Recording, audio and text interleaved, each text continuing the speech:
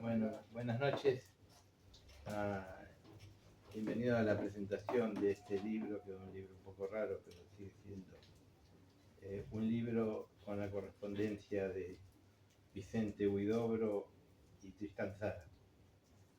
En realidad en el título están en el orden diferente a que lo dije yo. Y es una edición hecha por Carlos Fernández López, que lamentablemente íbamos a contar con él hoy, pero no ha podido venir. Mateo Boicolía Toro, Andrea Martínez Chauvin, que sí nos acompaña, y Macarena Urzúa Opaso. Son, digamos, una presentación muy cálida para nosotros, porque, digamos, que en el caso de Carlos Fernández López, que no está, yo en cierta manera hemos acompañado, porque le he publicado como 6 libros ya, con lo cual lo siento parte de esta casa, además de una excelente persona, y a Juan Manuel Bonel lo conozco, ha participado de cosas nuestras antes de que yo viviera en España. Hace 25 años, qué viejos que estamos. Y bueno, a Andrea le agradezco a ella, en realidad, que él se lo traspase a los 4, a Carlos ya te lo dije, que haya querido que esta edición la hiciéramos nosotros. Y también agradecerle a María Pobla, directora del Instituto Cultural Rumano, que esté hoy presente y que espero que no sea la última vez, sino que podamos colaborar en alguna actividad. Yo voy a decir 2 palabras sobre el formato, la concepción del libro, y ya después ellos dirán cosas mucho más profundas que lo que yo les puedo decir.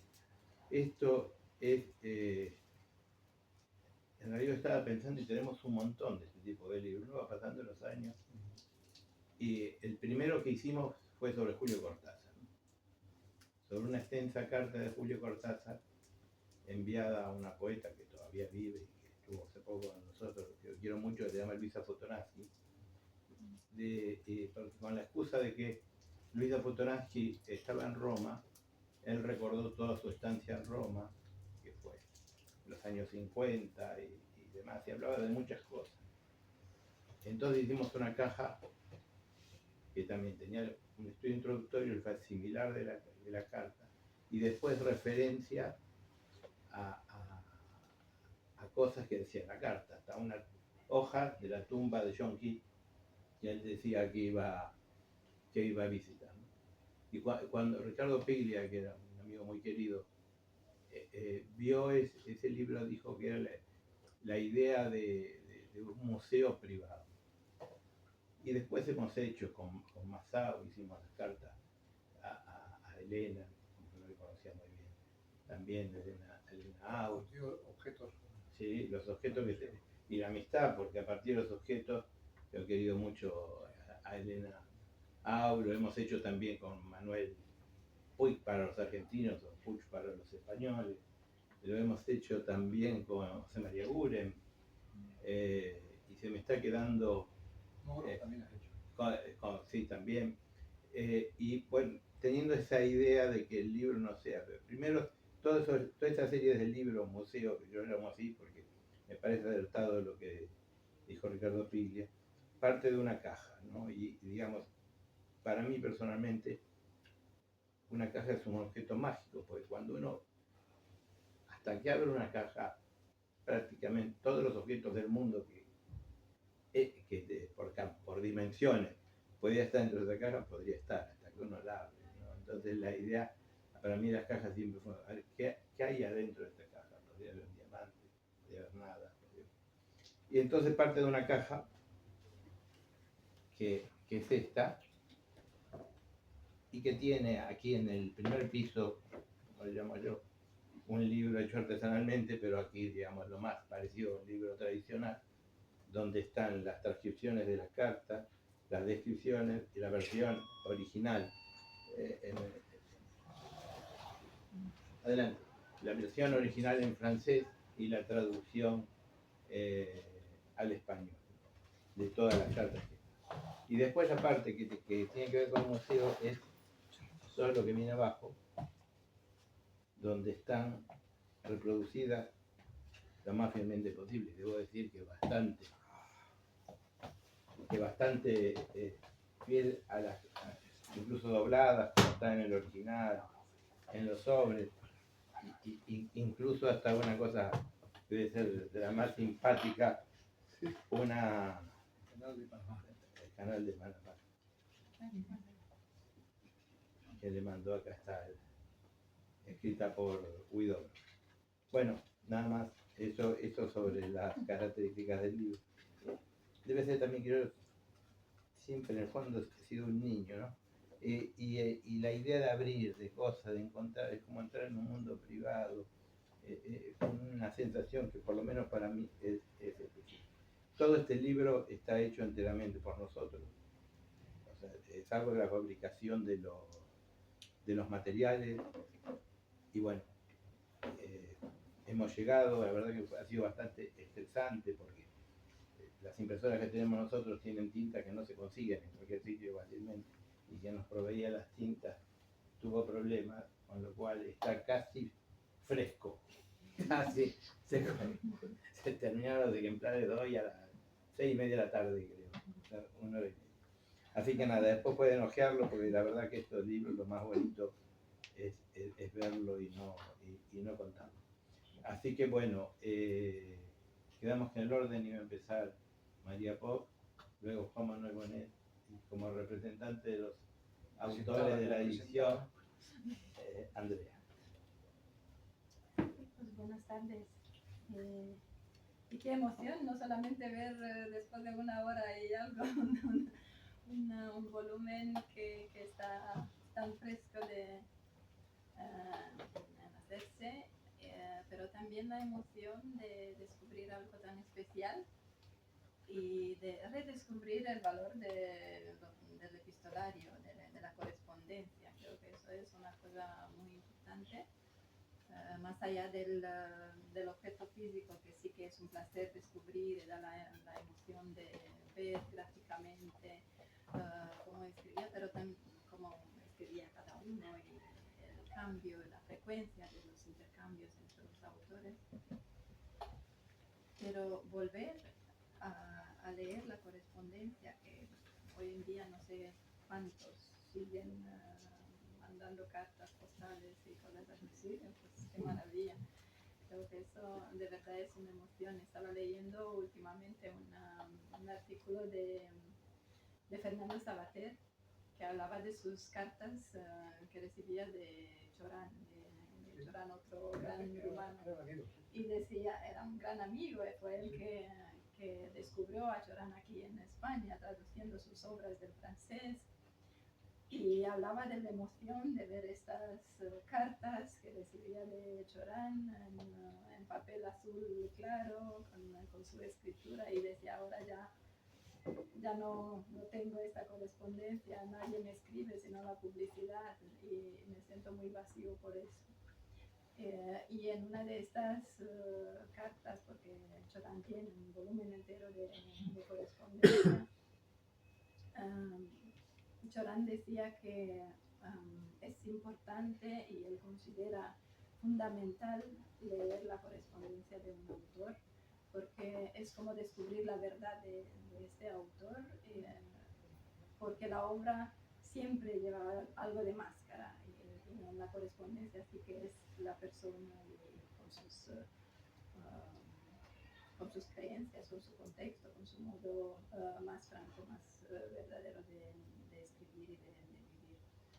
Y creo que eso es una cosa muy importante, ver algo de Tristan Tzara en su red de relaciones internacionales, porque sabemos que era un gran organizador, más allá de su obra, pero fue un gran impulsor a nivel internacional, y para nosotros como cultura rumana él es una figura muy importante, porque se ve como en este periodo una cultura periférica era el centro de una red internacional, el impulsor y el centro de una red internacional que creaba conexiones entre los vanguardistas, entre los creadores internacionales. Y como instituciones de la cultura rumana, para nosotros es también, este volumen correspondencia diría hacia Tristan Tzara, porque él estaba muy aficionado a España, tiene más de 5 libros dedicados a España o sobre España, que no se conocen, creo que uno solo, que es como considerado la cumbre de su obra, está traducido al español, más allá de los 7 manifiestos y algo de los ensayos, pero él tenía esta conexión muy fuerte con España. En sus libros, en sus visitas, hablábamos antes que muchas veces al visitar España, Madrid, Barcelona y más sitios de Cataluña, porque se seguía visitando en Mallorca, en Tarragona, hemos visto, y varios otros sitios, Valencia, donde se encontró, además coincidió con Dobró, así que él era muy aficionado, escribía sobre España, venía aquí y tenía una correspondencia con los autores y quería. He visto antes en una de estas cartas que le decía a Udo, encuéntrame una revista para que me publiquen mis poemas, que me traduzcan a español. Era un idioma que él quería que fuera parte de su historia literaria.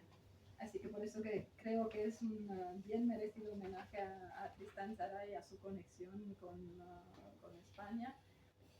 También para ver cómo circulaban las ideas en este momento. He visto que la primera carta es de 1918 y sigue hasta, no sé qué, 40 o... hemos salido hasta 25 y luego... 25. Sí, un poco más allá. 27 y luego hay unas sin fecha que suponemos que podrán llegar hasta los años 30.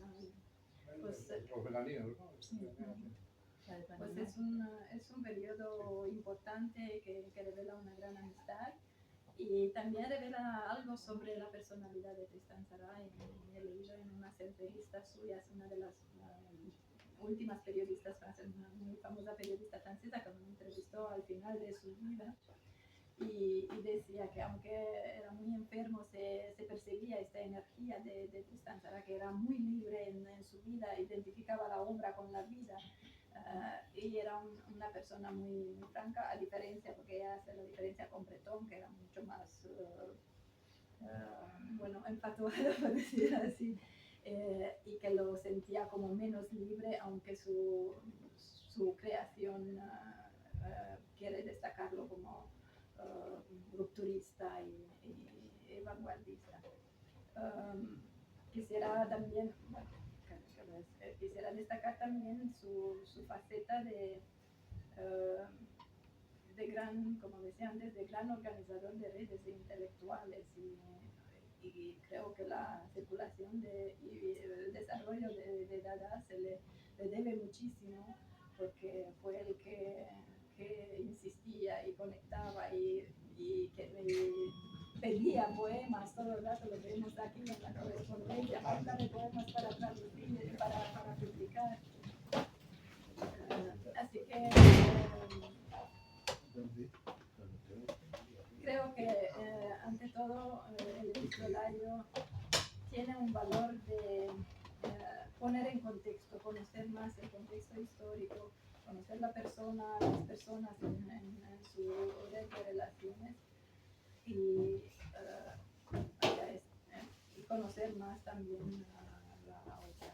Y espero que pueda ser uno de los impulsos para que se traduzca la obra de Tristan Tzara al español. Tiene un volumen de obras completas en francés, pero se ha vertido a muy pocos idiomas. En español creo que tenemos 3 de sus libros, y de estas más de 20 publicaciones como poeta, como dramaturgo, ensayista. Creo que se podría publicar algo más de su obra. Además tiene muchos ensayos sobre Pablo Picasso, porque fueron grandes amigos. El último libro suyo publicado en vida fue ilustrado por Pablo Picasso. Así que esta conexión con el mundo hispánico es muy fuerte. Eso es todo. A ver si más adelante podemos seguir hablando. Gracias por la invitación. Muy bien, pues muchas gracias. Gracias a los amigos del Centro de Arte Moderno, que también acabo de enterar que tienen una librería y homenaje que no le pagarán derechos a Pierre Menard, sino a Borges. Decía antes nuestro amigo que efectivamente hace muchísimos años que nos conocemos. Me vinieron a ver una vez que vinieron desde Quilmes, ¿no? Y entonces me entregaron cosas que hacían y les vi crecer primero muy cerca de Reina Sofía. Ya hacían artefactos, ya hacían cajas, ya hacían objetos. En concreto, el primero, yo participé en la presentación de una caja que hicisteis con los 5 metros de poema de Carlos Oquendo de Amat, que no es el arco bordeón, que como él lo publicó, sino que lo habíais convertido en un objeto cinético o cinemático. Era realmente una especie de metáfora de su amor por el cine, ¿no? Y es un objeto precioso, rarísimo, un objeto como inútil, digamos, o sea, de esos objetos que le gustaban a los patafísicos, ¿no? Un poco, ¿no? Y bueno, seguís en esto, efectivamente, has enumerado varias de las cosas que habéis hecho de este tipo. Me acuerdo de lo de Gure, lo de César Moro, y muchas cosas cortazarianas y cosas de Au. Y en general, vamos, habéis contribuido, digamos, a que aquí se conozca mucho mejor que se conocía las vanguardias latinoamericanas, y habéis hecho la felicidad de los bibliófilos que completan, digamos, huecos con lo que vais publicando, ¿no? Y además, como se decía, las correspondencias pues es algo muy especial, y yo también comparto ese amor por las cajas que te referías. Es un amor que tenemos todos los que nos gusta Joseph Cornell. En concreto, hay una galería aquí, Utopía Parkway, que se creó en homenaje a Cornell, porque de repente a Lola, su directora, escuchándome en una conferencia sobre Cornell, le gustó la sonoridad de las señas donde vivía Cornell, que era Utopía Parkway. Entonces, pues no sé si le pone un acento en la I, pero en realidad no tendría que tenerla, porque son unas señas de Flushing, provincia de New Jersey, cerca de Nueva York, una localidad que también es la de Hopper. En fin, hay una historia muy, muy bonita. Y el amor por las cajas, a mí por lo menos, me viene de ese creador inmenso, surrealista, que nunca viajó, que prácticamente no se movió del área de Nueva York, que sin embargo era capaz de, como Lezama un poco, ¿no? Como Julio Verne, pues de caminar por ciudades, probablemente por la de París, que la conocía igual de bien que Lezama sin haber estado tampoco en allá. Bien, a ese centro vuestro, que estaba en una calle pequeñita cerca de Atocha, pues me acuerdo que llevé un día a Martin Park, que recientemente ha fallecido, y en lo que escribí sobre él me parece que contaba que os había comprado precisamente la edición de Anilla del Coppola de Buenos Aires, ¿no? O sea que ya teníais clientes internacionales ya en aquella época, ¿no? Y bueno, y el propio Reina compramos también alguna foto importante allá, ¿no? Después os vinisteis a este barrio, estuvisteis en otra calle paralela a esta, y ahora estáis aquí. Estamos a la sombra casi de la Casa de las Flores, con lo cual Neruda nos va a reñir lo que digamos sobre Huidobro, porque evidentemente la última frase o la penúltima frase del tomo es una alusión.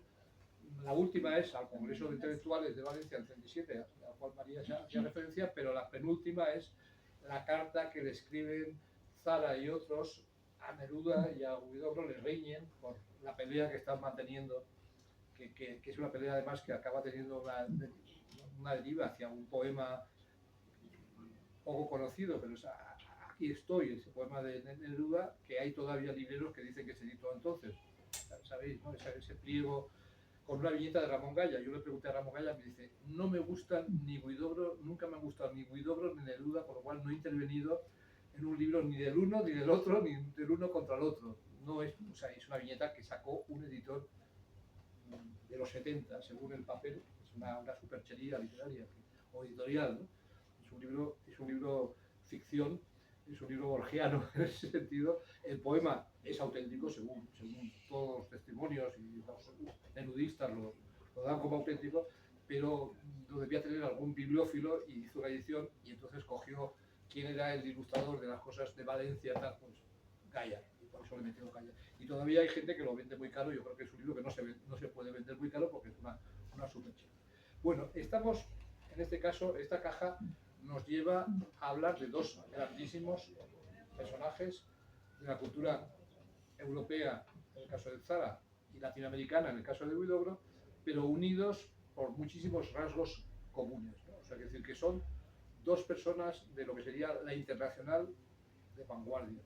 En el caso de Zara es el inventor del dadaísmo, que tiene toda una aventura proto-dada anterior que él asume y se conecta con ella, que es la aventura principalmente de Duchamp y de Picabia, ¿no? Es una aventura que además ya en los años iniciales del siglo XX y sobre todo en la década de los 10 es una aventura que da el salto París-Nueva York, en ambos casos, en el caso de Duchamp y en el de Picabia. Y todo eso tiene que ver con Alfred Stieglitz, con un Nueva York donde también pronto va a estar José Juan Tablada, un maravillosísimo poeta mexicano que hizo caligramas casi al mismo tiempo que Apollinaire, con otra inspiración y tal. Entonces son dos grandísimos personajes. Uno, Zara, es un maquinador constante y se inventa, digamos, esa estructura desestructurada que es Dada. Luego aludiré a la lista de los que estudian Dada, que es una absoluta maravilla, un objeto sobre el cual yo he escrito en Rumanía. Entonces, lo único que tengo traducido al rumano es un ensayo sobre los presidentes Dada hispánicos. Son dos grandísimos, son dos periféricos. Tú has dicho la palabra periférica referida a un país geográficamente periférico, pero es un país que, por ejemplo, Eugenio d'Ors, que no es alguien ni que estuviera cerca de Huidobro ni estuvo cerca de Zara, pero Eugenio d'Ors, que tenía grandes intuiciones geopolíticas o de geografía cultural. Y correspondencia con el IADE. Y correspondencia con el IADE y con más gente, pero en concreto él digamos, cita mucho también a Nicole Yorga y varios, pero en concreto él decía que Rumanía y España explicaban, España y Portugal y Rumanía eran los extremos de Europa y se complementaban y se relacionaban, tiene toda una teoría de los extremos de Europa. Son dos periféricos. En el caso rumano es una periferia dentro de lo que es el Imperio Austrohúngaro en un tiempo, todo un contexto tremendo de guerras mundiales, dos guerras mundiales seguidas, es la Europa del Danubio, y en el caso de Chile, que es un país periférico totalmente respecto de España, es un país que está absolutamente alejado geográficamente, muy difícil, digamos, de llegar, sobre todo entonces, ahora un poco menos, pero sigue siendo muy difícil. Son dos países enormemente afrancesados ambos. En el caso de Bucarest se dice muchas veces que es el París de los Balcanes, digamos, ¿no? Es el París de esa zona de Europa y hay calles que realmente uno se siente en París. Yo siempre empiezo y mañana tenemos un acto rumano en Segovia y la primera imagen que pondré es la del pasaje de la Calle Victorie, que es un pasaje que podría estar en París. Es un pasaje que podría estar en París. Si te sueltan ahí, dices estoy en París, igual que si te sueltan en el pasaje Lodares de Albacete o en el Gutiérrez de Valladolid, tienes la impresión de que estás en París. Luego, en el caso de Albacete y de Valladolid, es muy poco París.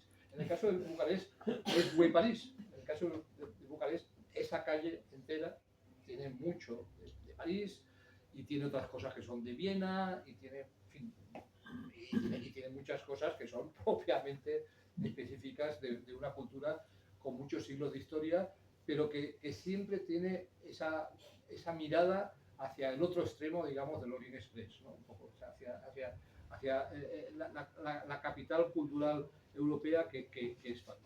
En el caso de Chile, ¿Es una pregunta? No tienen libros. No, estamos en un acto, perdón. Perdón. No. Entonces, libros hay, sí. Entonces decía, en el caso de Chile, es también un país con una enorme tendencia a la cultura francesa. Es un país donde algunos escritores franceses empezaron su actividad literaria, por ejemplo, Marcel Leclerc, la futura amiga y biógrafa de Federico García Lorca, se educó en Chile y publicó allá. En Santiago de Chile había un grupo Montparnasse de pintores en los años 20 y había una revista, un suplemento de un diario La Nación, que lo llevaba Juan Aymar, que su seudónimo era Jean Aymar. Estoy cansado de su nombre, Juan Ramón, pues este es Jean Aymar, igual que Cansinos fue Juan Las, cansado también de la vida, ¿no? Pues Juan Aymar, en las páginas de ese suplemento, daba todas las noticias imaginables de la vida francesa. Y Huidobro era afrancesado ya en esa época. Huidobro recibía, y Huidobro, como muchos otros, como ya también Cortázar se traía a París, estudiado, había nacido en Bruselas, pero luego después, ya de su tiempo argentino, se lo trajo, cuando llegó a París lo traía en la cabeza. Pues Huidobro traía también en la cabeza ese París y esa cultura francesa. Los dos tienen en común también el que van a escribir en francés. No van a abandonar nunca su idioma natal, nunca lo van a abandonar, pero Zara menos, quizás, lo cultivó menos, o sea, que Huidobro. Huidobro, cuando vuelva a Chile, va a escribir bastante el español. En Francia escribe muchas cosas, las escribe primero en español, luego el primer libro, Horizon Carré, le ayuda, lo ha demostrado René de Costa, le ayuda a pasarlo a francés, y aquí se ve que su francés al comienzo es bastante problemático, ¿no? Digamos. Y entonces Juan Gris es quien le ayuda a ponerlo en un francés más o menos. Ya Juan Gris llevaba 10 años en Francia. En el caso de Zara es muy importante en la geopolítica de su historia el que va a pasar la Primera Guerra Mundial en Suiza, en un país neutral. Igual que otros van a vivir, Huidobro pasará por el Madrid neutral, pero por ejemplo los Borges viven la Suiza neutral, no en Zúrich como está Zara, sino en Ginebra, donde estaban sus padres, tanto José Luis como Nora, que aprende muchísimo de las maderas de Franz Maserel, un flamenco, refugió también allí. Y en esa ciudad neutral que es Zúrich, esa ciudad de un país neutral que es Zúrich, no está solo Zara como exiliado concretamente de su país, sino que también va a estar Marcel Janco. Marcel Janco, que es un personaje multifacético, es un hombre orquesta, que a veces pintor, escritor, animador de revistas y también arquitecto, ¿no? Entonces es un personaje muy fastuoso. Allí se crea el Cabaret Voltaire, que está ya presente aquí en esta correspondencia. Se ve que es la actividad, las señas son las del hotel a las que le escribe Huidobro, son las señas del hotel en la propia Zúrich, y se ve pues esa actividad reflejada. Y allí vienen otros refugiados de otros países, en concreto va a estar un amigo común a Huidobro y a Zara, que es Arp. Hans Arp está también, junto con su mujer Sofita Boudelaire, está también en ese ciudad neutral.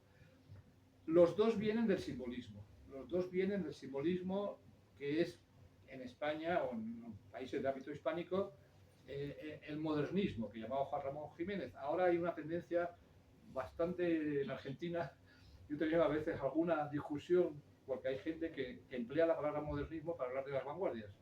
Y yo soy, y muchos en España somos muy juanramonianos y consideramos que para hablar del simbolismo español la palabra adecuada es modernismo. Pero claro, como ahora vienen muchos textos donde dice el modernismo brasileño es la vanguardia, eso está claro, pero el modernismo español y latinoamericano es el simbolismo. En cualquier caso, los dos vienen de ahí.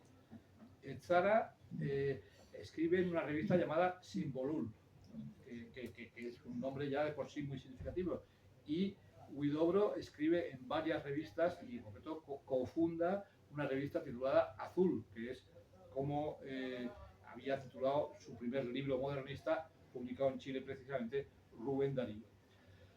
Los dos son personas que en un momento determinado deciden instalarse en París. Huidobro lo hace antes, Huidobro lo hace en el año 16, pasa por Madrid, camino de París. Aquí ve Huidobro a Ramón y a Cansinos, que ya son dos peñas distintas, acaban de estar juntos en Pombo, pero ya los ve por separado. Y Huidobro se va a instalar en París prácticamente hasta el comienzo de los años 30, que vuelva definitivamente a Chile. Volverá a pasar por París, pero ya no viviendo. En el caso de Zara es en el año 20, cuando se instala en París, y ya no va a abandonar prácticamente nunca París. Habrá los tiempos de la Segunda Guerra Mundial, los vivirá en el sur de Francia, pero en el periodo central de Dada, después de haber prendido la llama en Zúrich, va a pasar a París.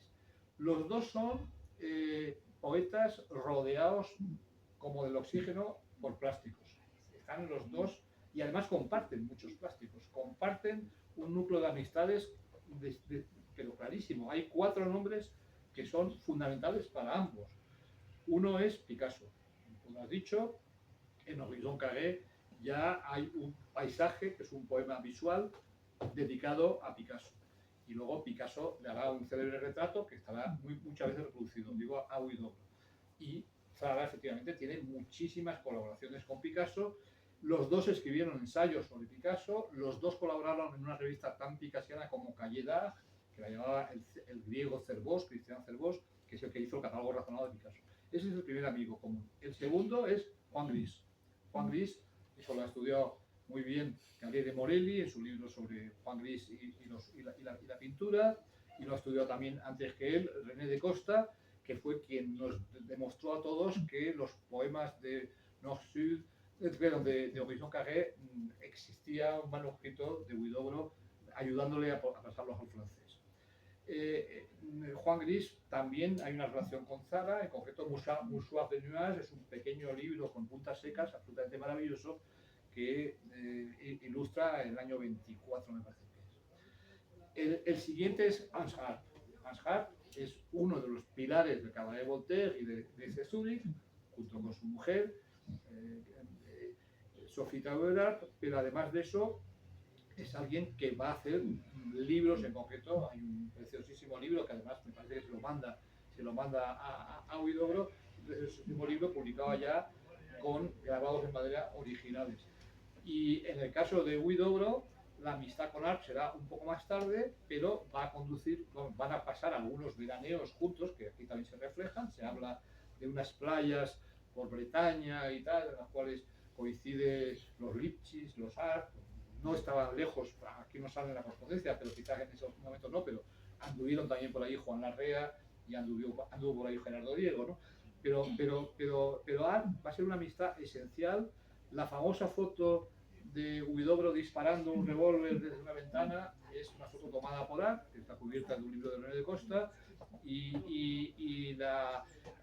hay un libro que sale primero en Chile, que se llama Tres inmensas novelas, que luego tiene otro título en francés, que del cual existe la edición alemana, porque todo lo traducía también al alemán, es otro interlenguas, en su caso francés-alemán, otro fronterizo, y es realmente un libro genial, que la edición chilena no está completa, y la cubierta la hace Huidobro imitando a Harp, es una cubierta harpiana.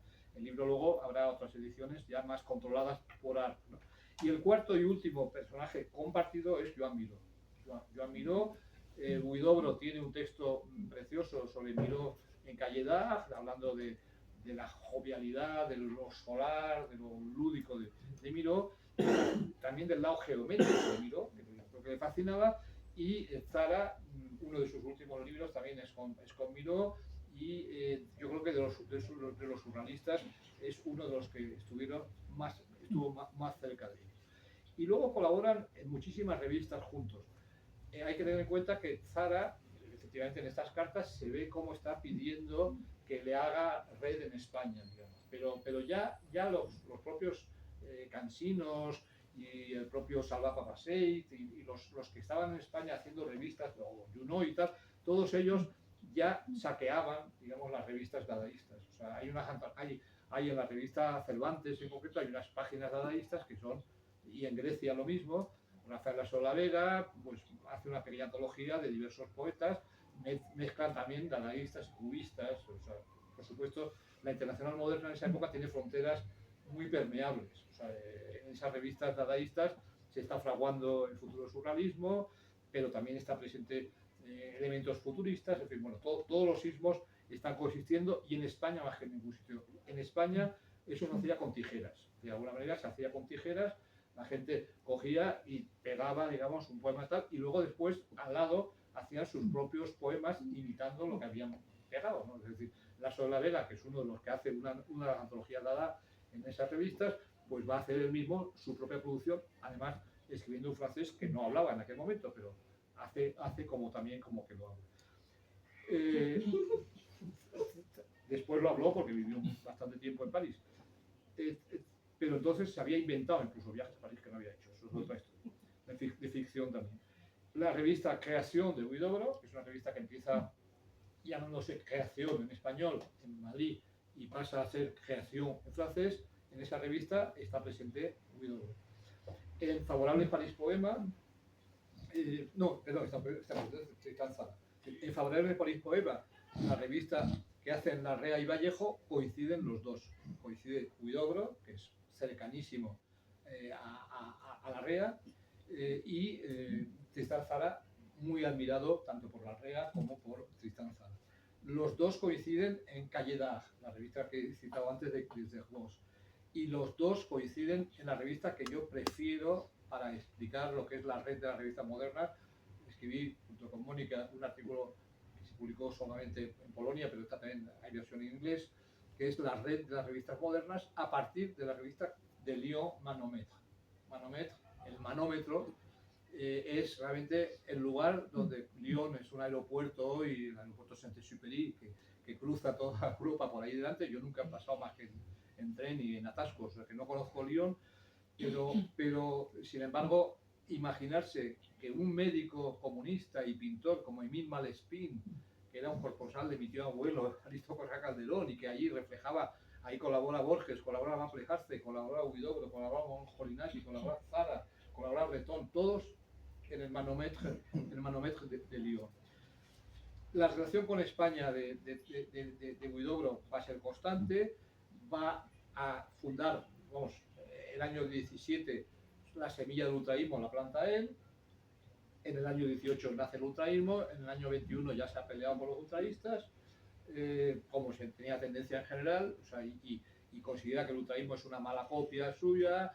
Ramón le pasa lo mismo con Cansino, en fin, bueno, son historias internas de ese tipo, pero con España la relación de Huidobro proseguirá, editará varios títulos suyos, entre ellos Altazor, en Madrid, siempre con el famoso retrato por Picasso, y estarán diversos viajes, entre los cuales hay que destacar el del Congreso de Intelectuales de Valencia, Madrid y París del 37, donde hay una fotografía de él, o varias, en la tribuna, y donde se sitúa el episodio que estábamos antes evocando aquí, de que le riñen a Neruda y a Huidobro por los intelectuales franceses sobre todo y algunos otros latinoamericanos les riñen que digan que no limpien su ropa sucia, digamos, en público, que hay causas más importantes.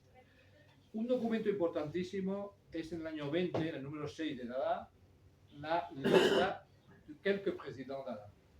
Es una lista que da muchísimo juego. Yo lo escribí para una revista cuando el centenario de Tzara. Estuve invitado a un viaje por el Danubio y tal, en un barco hasta Braila, me parece que era, pero no pude ir, por desgracia. Entonces es una lista en la cual encontramos pues, a menos de 10 personas, pero del ámbito hispánico. El primero es Cansinos Asens, que es el presidente de Dada, quizá más paradójico, porque no era Dada para nada, Cansino d'Asens. Aparece como Cansino d'Asens. O sea, su apellido al principio parece que es el que venía, al principio era Cansino, pero él pasó a Cansino, pero aquí se lo quita. El segundo es Josep Dalmau, el galerista apóstol de Barcelona, el que hace las exposiciones de Torre García y de Barradas, el que es depositario del 391 de Picabia, la revista, el que hace la primera exposición de Picabia en su galería, también ya en el 22 con Bretón de conferenciante, el que hace la primera exposición de Miró anteriormente, el que hace la primera de Dalí, un personaje fastuoso que está conectadísimo evidentemente con la red internacional a la que pertenece Tzara. Jack Edwards, que es Joaquín Edwards Bello, que es el único que utilizó su cargo. El único que tiene un libro llamado Metamorfosis, publicado en Santiago de Chile en el 20, que lo publica como Jack Edwards, no se llama Jack, sino Joaquín, Jack Edwards, chargé d'affaires Dada au Chili, encargado de negocios Dada en Chile. Y luego hizo literatura mucho más convencional, pero es un tipo muy, muy interesante, que es el tío de Jorge Edwards, que ha escrito su novela, en la cual, sin embargo, no ha hecho este periodo nada.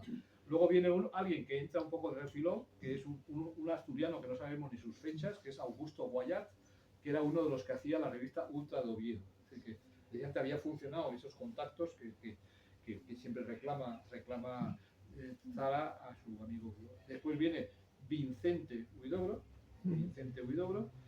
después viene Josep María Junoy, que es el poeta catalán que había hecho la revista Trozos y que hizo un libro de poemas y caligramas espléndido, y que después fue un hombre que volvió al orden, a Chesterton y tal, y que en la posguerra pues anduvo en alguna aventura de nuevo más o menos moderna como la revista Cobalto. Luego viene el inevitable Guillermo de Torre, que evidentemente es el líder del ultraísmo, es el que tiene el papel que no tiene Cansinos, y de hecho Cansinos se ríe mucho de él en el movimiento UEP, la novela en clave sobre el ultraísmo, pero es realmente el que tiene la agenda internacional. Cansinos recibió alguna carta, una de Reverdí metiéndose con Huidobro, tiene algunas más, pero Cansinos no tenía esa red internacional. Guillermo de Torre estaba en cuerpo y alma, igual que alguien que hoy estuviera todo el tiempo en internet, pues él estaba todo el tiempo en correos, mandando folletos, mandando poemas, mandando peticiones, etc. Todo eso, o sea. Y el último es también muy paradójico, Rafael Lasso de Lavero. Es un poeta que empezó siendo simbolista, que también tuvo su episodio dadaísta, que también dibujaba como otros, y que llegado a un punto pues se reinventará muy borgianamente inventando su propia obra, falsificando su propia obra. Yo soy quien edita sus obras completas, hay todavía gente que no se ha enterado y que reprocha a gente que no tenga en cuenta libros que dicen que son del año 16 y 18 y son falsos, son libros que imprimió en la Florencia, una cosa muy borgiana. Bien, pues esto es un poco lo que quería contaros respecto de esta amistad y relación, de esta pertenencia a una red, de esta pertenencia a dos periferias unidas por un centro que es París, unidas por un idioma que es el francés. Y bueno, la correspondencia une físicamente dos ciudades, que son París y Santiago de Chile, la Bibliothèque Jacques Toussaint, que es un maravilloso conservatorio de la memoria moderna, es un sitio para el cual trabajaron Bretón y Aragón en los años 20, donde hay infinidad de documentos hispánicos, y en concreto los documentos de Huidobro, los documentos de todos los poetas ultraístas que escribían al extranjero, sobre todo de Guillermo de Torre, ahí está muy presente, por supuesto Picasso, y muchísimas más cosas están en esa biblioteca Jacques Toussaint que está detrás de la Sorbona.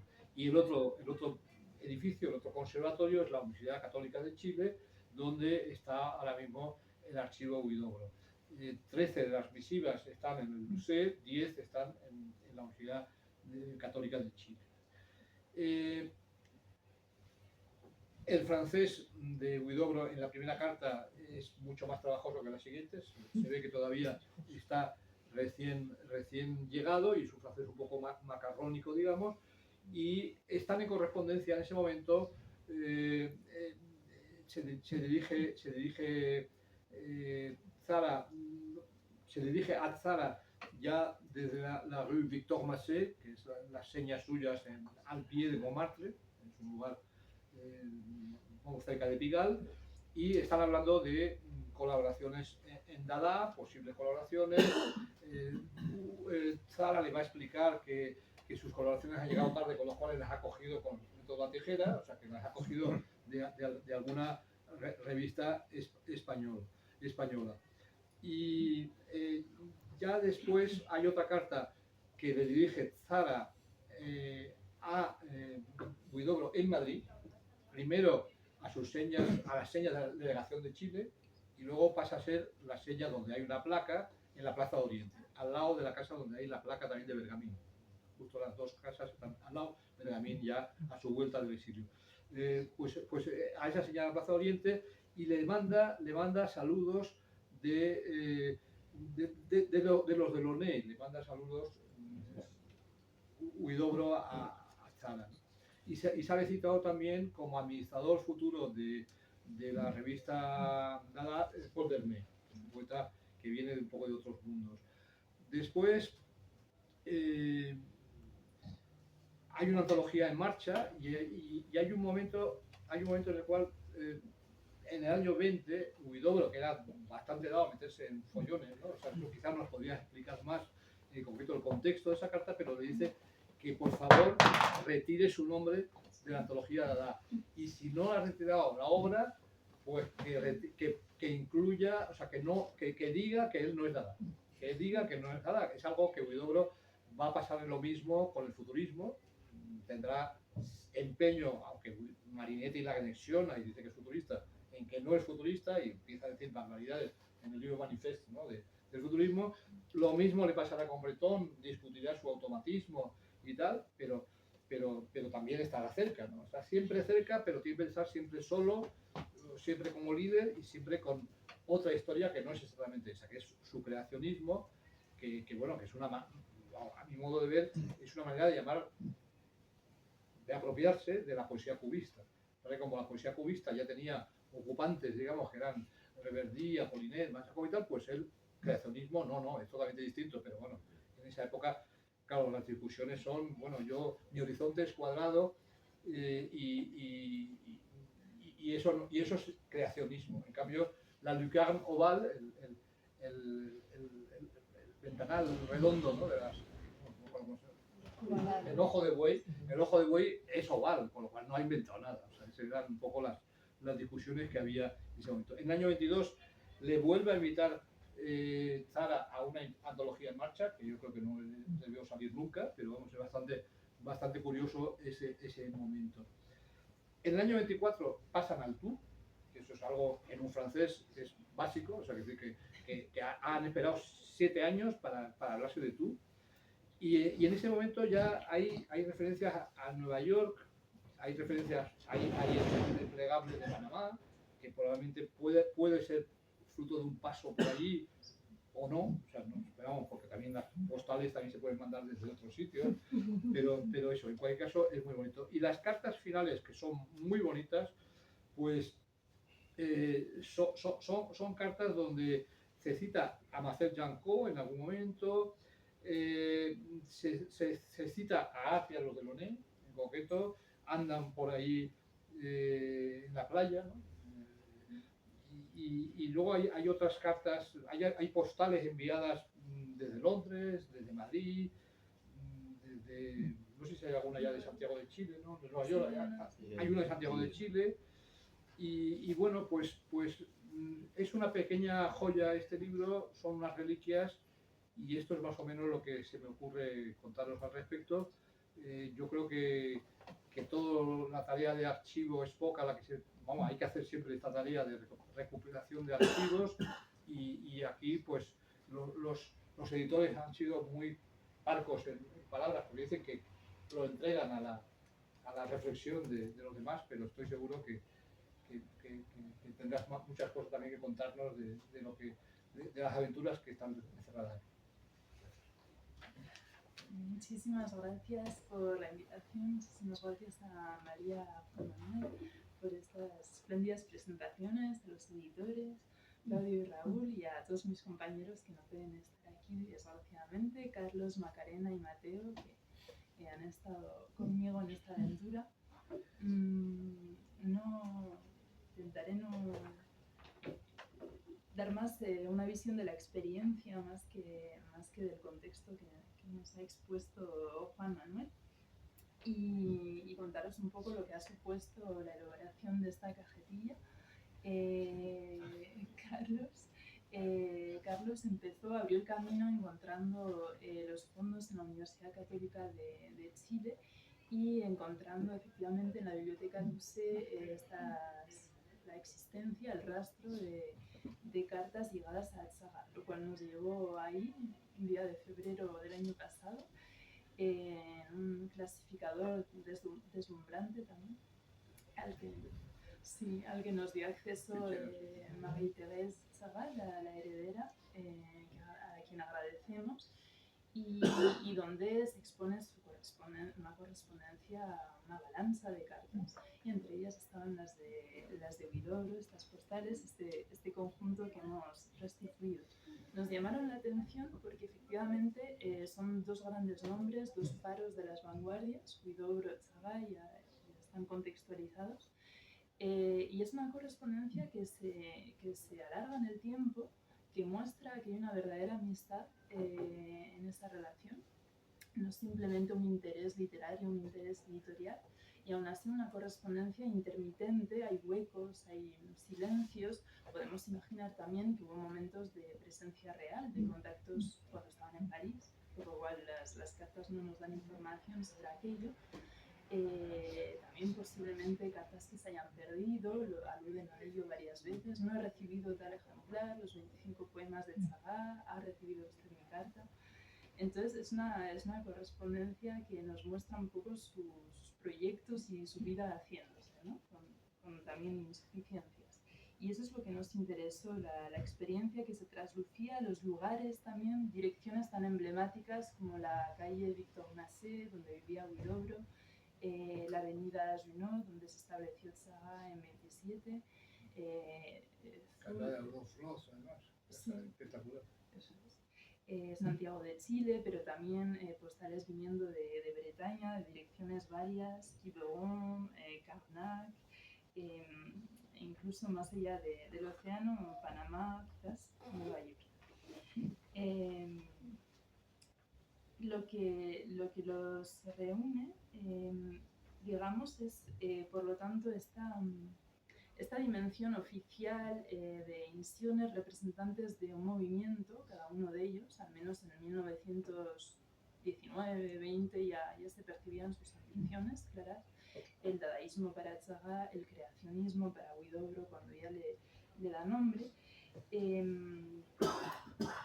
y la voluntad por su correspondencia de tantear, de ir reclamando poemas del otro, reclamando noticias de España, de los poetas españoles por parte de Tzagá, pedir ser traducido también, es decir, de permear en todo el ambiente literario que podía surgir, de encontrar hombres nuevos, como los llamaba Tzagá, y entre ellos todo un círculo de artistas, no me extiendo en ello, pero se menciona a los Delaunay, comparten amistad con Hans Arp y a todos los artistas que se han aludido aquí. Lipschitz está mencionado en algún momento de vacaciones. Sobre esas batallitas, ¿cómo se llamaban? Ese lado más provocador, perturbador de Huidobro y de Tzagá, sí que se podría mencionar la carta de 1920, donde de repente Huidobro, en un tono bastante seco, pide a Tzagá que retire su nombre de toda mención oficial en un boletín Dada, su nombre como presidente del movimiento Dada. No tengo la explicación exacta, estoy abierta a sugestiones, pero es al mismo momento, prácticamente, es coetáneo de la carta que envió a De Torre para afirmarle también que él se separaba totalmente de los ultraístas que lo habían acogido, pero que le parecían farsantes prácticamente, personajes poco serios, mientras que él con su poesía buscaba la verdad. Y quizás sea el lado público, provocador, el lado de performance del dadaísmo en aquellos años que Tzagá promovía, que le espantó un poco, le llevó a no querer estar agrupado por escrito con ellos, ¿no? Se publicó su poema Cowboy en el número 3 de Dada y luego sí que se reunieron obras del uno y del otro, pero en otras revistas diferentes. También en cuanto a esos momentos de tensión, de frialdad, se vuelven a encontrar en diciembre en 1922, cuando Tzagá acude a Huidobro para pedirle participar en una antología de poesía que no se llegó a publicar. Lo llama querido colega, cher confrère, ya no es un amigo. Le envía la misma carta a Picabia, de hecho. Y en diciembre de 1924 encontramos que vuelve cierta familiaridad en su trato, puesto que Huidobro se queja a Tzagá, le dice: no soy lo que tan fácilmente podrías pensar, un cabrón, pero te he esperado en Montparnasse y al volver a mi casa para esperarte te he visto por la calle. Entonces quejas del uno del otro, no consiguen verse, quedan, pero no coinciden. Hay un poco un desfase cómico entre el membrete de la carta, que es el membrete del movimiento Dada, y el contenido. También se va afianzando ¿cómo decir? Cierta identidad visual para el caso de Tzagá, que firma en una de las cartas con un pequeño dibujo de una mano y de una flor, que es su característica muy bonita.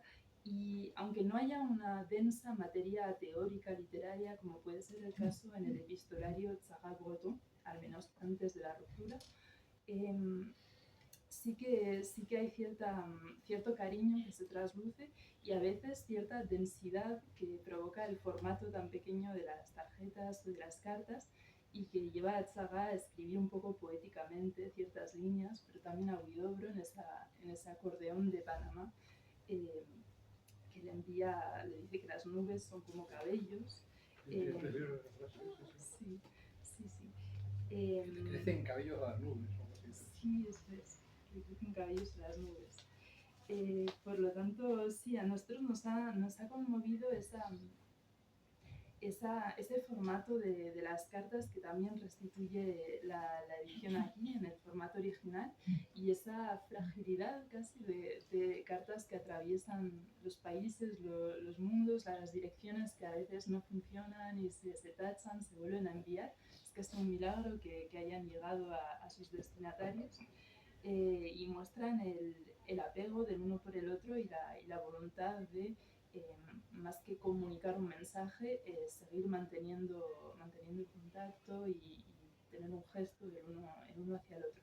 Eso se nota especialmente en las postales de vacaciones que le manda Huidobro a Tsaga. Son postales muy, muy conmovedoras y quizás terminaré con eso porque más que el mensaje que está escrito detrás, que son simplemente recuerdos en general, Huidobro en algunas de ellas dibuja con su lápiz sobre la postal un cepelín, especialmente le gusta poner uno en el cielo en dos casos, unas ruedas, quizás unas ruedas que puedan hacer alusión al manifiesto Dada, quién sabe, donde se hablaba de ruedas, de la rueda fecunda de un circo universal en 1918.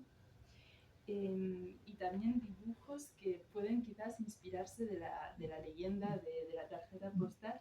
Hay una que proviene de una playa de Ponthièvre, y debajo dice la nota: hay trenes todos los días de París a esta playa, y de ahí Huidobro en la pierna de la mujer que está en traje de baño dibuja como tatuajes que son un pequeño cartel hacia la playa, unas ruedas también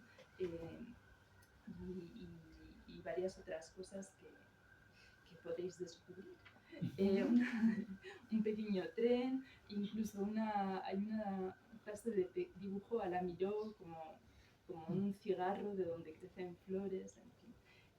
Él va intentando quizás fabricar una clase de poema creado a partir de una imagen, o mostrando así a Tsaga su voluntad de comunicarse, de mandarle recuerdos.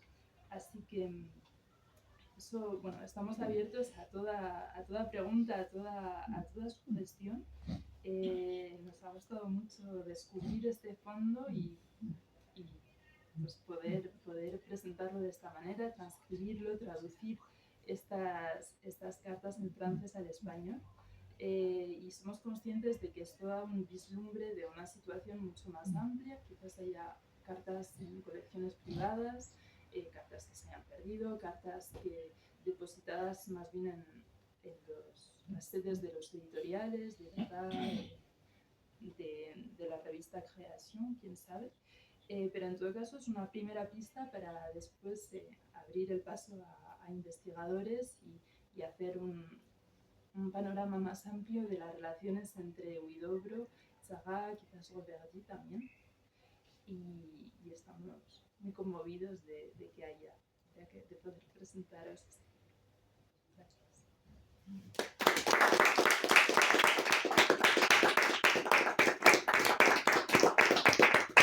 El cepelín lo dibuja Huidobro, ¿no? Sí. ¿Te acuerdas que en las poesías suyas hay muchos cepelines, ¿no? En Jalalí, vamos, las ciudades con los cepelines, es algo que también está en Ramón Gómez de la Serna cuando habla del país amenazado por los cepelines, que está en el estudio de Maya Blanchard y pasarlos. Es curioso que ya no están en guerra, pero el cepelín es una figura de la modernidad.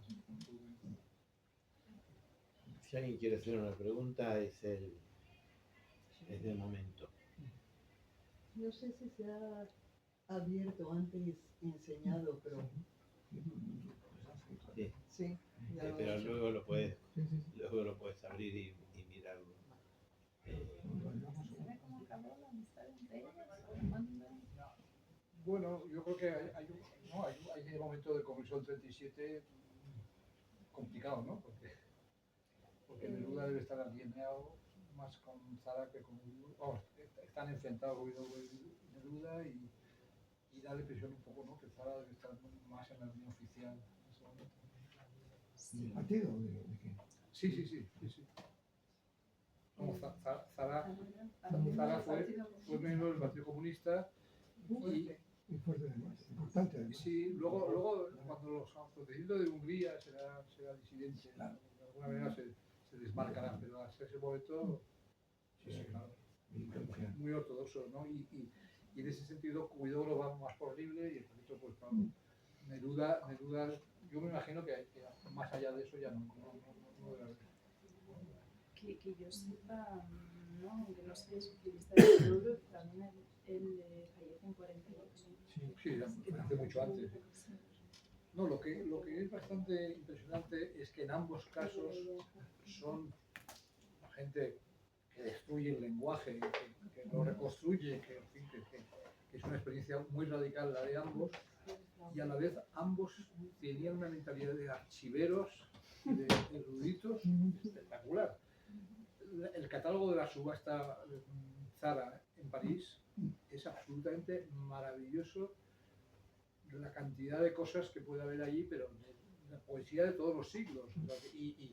Y Zara hizo antologías de poetas medievales, tiene una antología de François Villon, por ejemplo, y en general era un enorme conocedor de cosas del pasado. Tiene un libro, por ejemplo, sobre un grabador italiano, Braccelli, ¿no? Que hacía unos personajillos, parecen un poco como de Pérez Villalta o así, pues tiene un libro de bibliofilia sobre Braccelli, y en general es la biblioteca de un... es una biblioteca de un verdadero erudito en esa materia. Huidobro es menos erudito, es más desordenado y tal, no tiene ese lado tan sistemático que tuvo Zara toda su vida, pero Huidobro, lo que se conserva en Chile, más lo que llegó a Tenerife, Santa Cruz de Tenerife, sabéis que hay más de 1000 papeles huidobrianos ahí. Hay una parte de lo que expusimos en el Reina, ¿no? En su día, la exposición que hizo Carlos Pérez, siempre recordado, pues entre lo que hay en Chile y allí ves que Huidobro lo guardaba absolutamente todo. Y hay todavía cosas que se conservan en la familia en Chile, en algunas ramas de la familia que no están en los archivos principales. O sea que es un patrimonio disperso. Hoy Santiago de Chile, la unidad, la familia y luego lo de Tenerife, pero reconstruyes con eso. Y claro, en los dos casos son dos creadores que han tenido sus exposiciones correspondientes museales, la que hizo Carlos Pérez en la Reina Sofía, que luego viajó gracias a Telefónica a Santiago de Chile también, y la de Zara que la hizo el equipo de Emmanuel Guigón en el Museo de Estrasburgo. El Museo de Arte Moderno de Estrasburgo hizo una exposición Zara.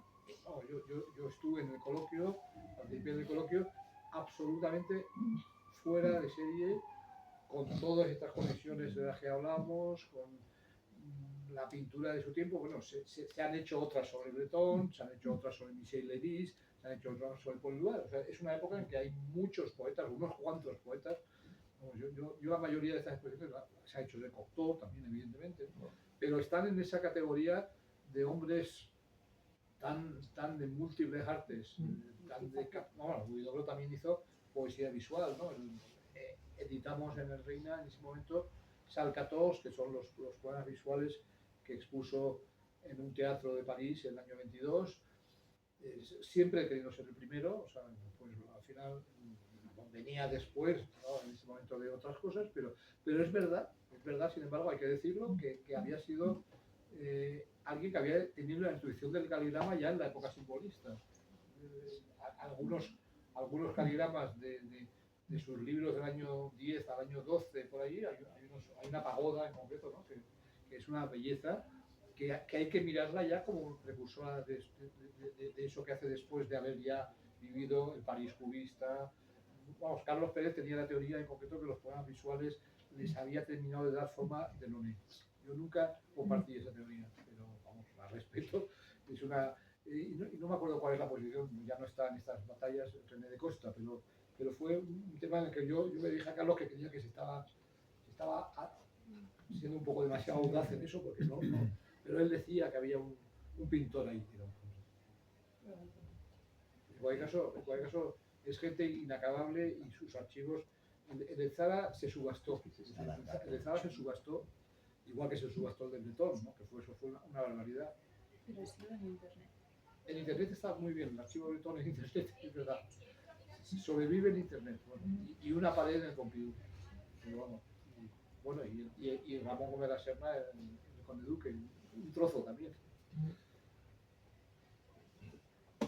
Pero si no hay otra pregunta, los invitamos a hacer un brindis por el libro, por el trabajo. Les agradezco el trabajo que han hecho, me parece muy importante esto porque ahí se ha creado un archivo nuevo, ¿no? Sí, sí. Porque claro, digamos, los que no somos investigadores y nos dedicamos a otra cosa no tenemos posibilidad de ir a buscar una parte en París, a buscar una parte en Chile, a buscar, así que aquí hay como el archivo reunido para que le interese. Y creo que eso es un trabajo muy valioso, no solo para lectores, sino para la gente que son investigadores, pero ya tienen ese trabajo para partir, ¿no?